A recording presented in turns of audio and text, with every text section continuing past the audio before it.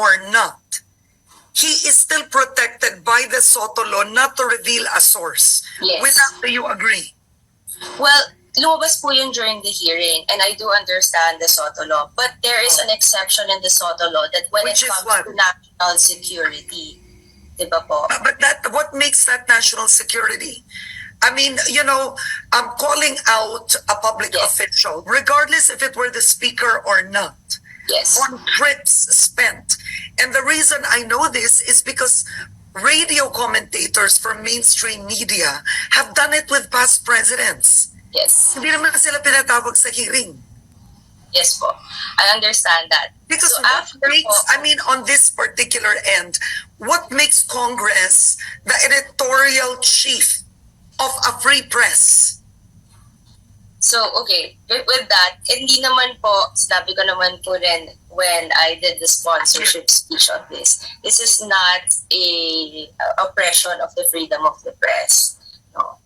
But kung meron silang mga violations, they have to be accountable for that. I agree. I absolutely agree. This is not about you. Yes. This is really just as a whole. Yes. This is as a whole, right? If the commentator didn't hit on the speaker, would Congress have acted? If he, let's say, hit an opposition person, somebody irrelevant to the supermajority, Yes. would Congress have come to the defense of the free Well, press this or stem disinformation? But this stem from various resolutions na po, no? Yeah, but And no, at my the same time, answer my question. yes. Would the supermajority in Congress, as I say, I have no love lost here Yes, for yes. SMNi, but this is a matter of principle. If Yes, it was po. not the speaker who was hit, would congressmen have acted in the same manner? Like I said, so hindi lang po naman yun kasi yung nandoon sa resolution po. Meron din pong pagtatama sa may mga ibang resolutions po rin na na-file on this red tagging, on this misinformation. So and let's all. talk about red tagging. I'm curious. The irony of this is SMNi's 2019 franchise, the franchise was renewed in 2019. Yes po. Okay. Your brothers sponsored the franchise renewal of Yes. SMNi, Yes. right? So we're talking about now Secretary Carlo Nograles when he was in Congress and Jericho Nograles. They sponsored the SMNi renewal. Yes. Didn't they spot the violations before they sponsored it? Well, when you sponsor something and when Congress does something, syempre it's a privilege that's given, right? This has nothing to do with who has authored it. Now it has to do with binigyan kayo ng privilege. You're supposed to be following. But I agree. But- I have no debate on that. Yes. The issue I'm asking is, I agree with your principles completely. So it leads me to this question. Isn't franchise revocation or renewal really just used at times? It's about who sits in power. Because, I mean, let me move back. I've asked this. ABS situation is different in the sense that the franchise expired. But that was a mainstream media network that it could have been renewed. But the powers that be didn't want.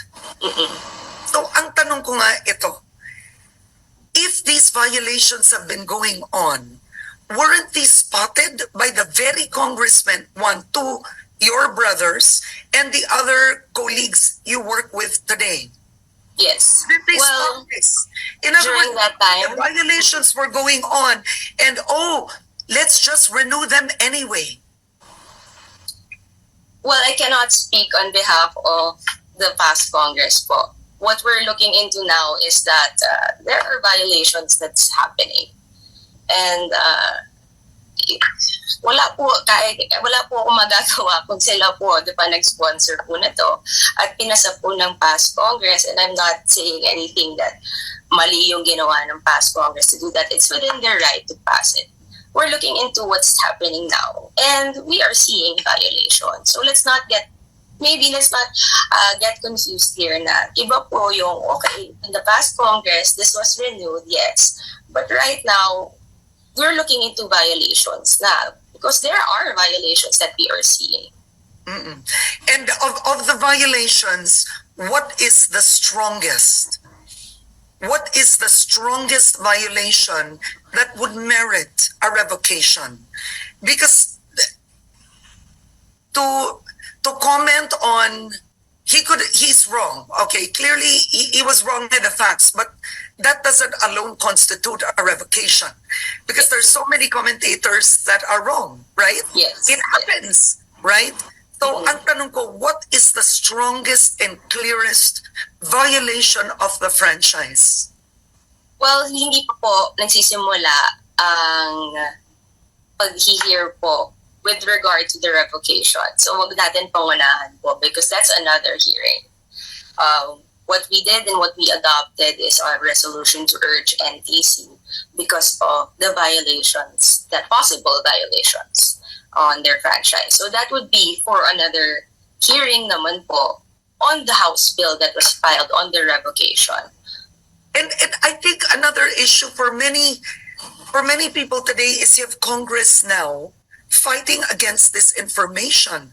But during the past administration, this information was actually, it was tolerated. I can't speak for the past Congress. Right.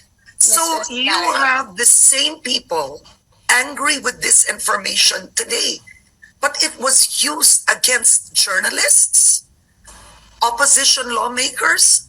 This information was used for the past 6 years, was tolerated by Congress. That's the previous Congress po, Ms. Karen, and I can only say really with regard to the resolution that I filed that we adopted.